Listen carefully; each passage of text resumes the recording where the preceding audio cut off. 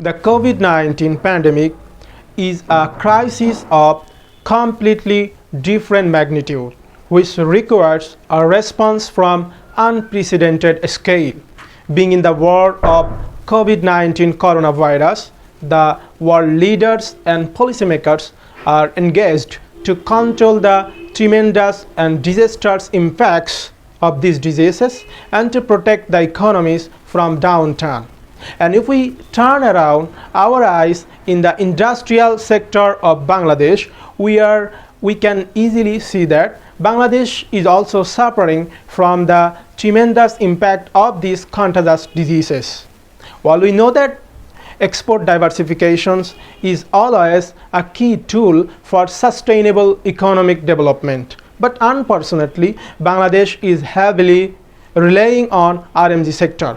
The country's 83% of export earnings come from the RMG sector. Now it is high time for the government of Bangladesh and the policymakers and the think tanks and obviously business enterprises to assess the current scenario and check out the strategies to protect and control the economic damages of this pandemic.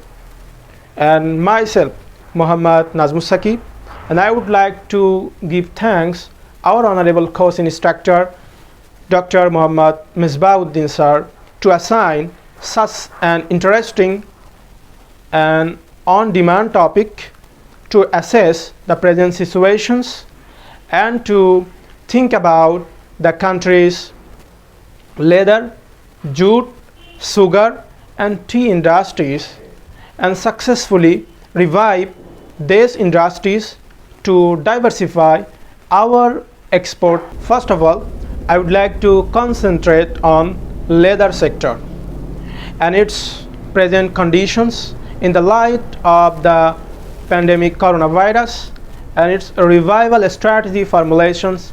And due to the ongoing crisis of pandemic COVID-19, the export earnings of leather and footwear industry has declined 22% in the just concluded fiscal year of 2020. And according to the manufacturers of this industry, its export has severely impacted in abroad, and obviously its local sales also severely impacted. To revive this leather and footwear sector, it is suggested to focus on differentiation strategies while concentrating on quality as reliability for a building block of this sector's competitive advantage. To achieve reliability in the international market, the country's tanneries should produce goods in the factories with ensuring actual effluent treatment plant at eco-friendly factories and maintaining proper health and safety standards.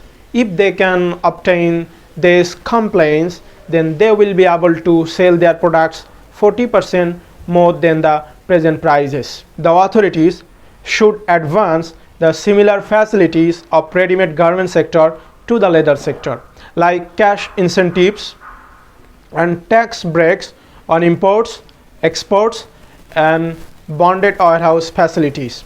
Besides the sour industrial modern leather park, the government should establish at least 2 such modern parks to eradicate the mismanagement of collecting rawhides during the Eid-ul-Adha period. With the establishment of modern industrial leather parks along with updated technologies and the increased capacity of the leather cluster, it is possible to earn $10 billion by 2025, which is only $1.2 billion in the last year. Now the time is for jute sector of Bangladesh.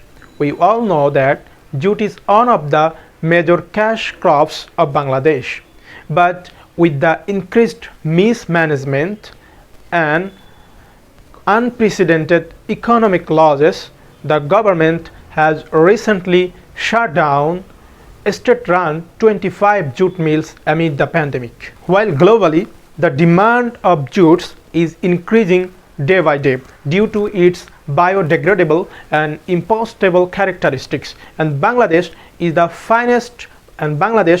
the producers of finest quality of jutes, and due to its increasing demand of global market, the jute sector of Bangladesh has impressive potential in the global market. So the strategies must need to be formulated to revive the jute sector in order to grasp the increased demand in the global market. And thus, extended support is necessary while concentrating cost-cutting measures and improving the labor and capital productivity while rationalizing the labor requirement with the capacity of the machineries, and the government should focus on pursuing the strategies and should focus on taking such initiatives to encourage the domestic people to use jute-centric product, as we know that in the time of slack of global demand, then domestic market can be served as the buffer for jute products. So the government should review the current jute policy with realistic plan of actions with short, medium and long-term policies. And the government should also establish independent jute board, and the jute board will have the responsibilities to recommend the responsibilities of different stakeholders related to the jute industry. With the establishment of college for jute educations, while concentrating on jute technology and collaborative market search for jute products, it is possible to change the face of this industry. Now it is time for sugar industry. We know that sugar is one of the essential food which has universal demand, and the local productions of sugar industry will meet only 14% of domestic demand, and this industry is an uncomfortable situation due to the coronavirus pandemic situations, and with the decreasing pattern of export earnings of this industry while increasing the domestic consumptions. So the domestic consumptions is increasingly depending on the imports of this industry. So the strategies must need to be adopted to revive the sugar industries and to encourage the sugarcane producers with ensuring their good profit margins. And the strategies should need to be checked out to provide the guidance and consultancy service of the sugarcane producers. And last but not the least, it should be ensured the byproduct of the sugar industry, which is bagasse and molasses, should need to be creatively utilized to change the facet of this industry. I am sure that you have been bored with such sad, depressions and uncomfortable news. If yes, then I have a good news for you, that tea is ranked 8th among the 16 products which are maintaining positive export trends amid the coronavirus pandemic. And the local demand of tea is also increasing.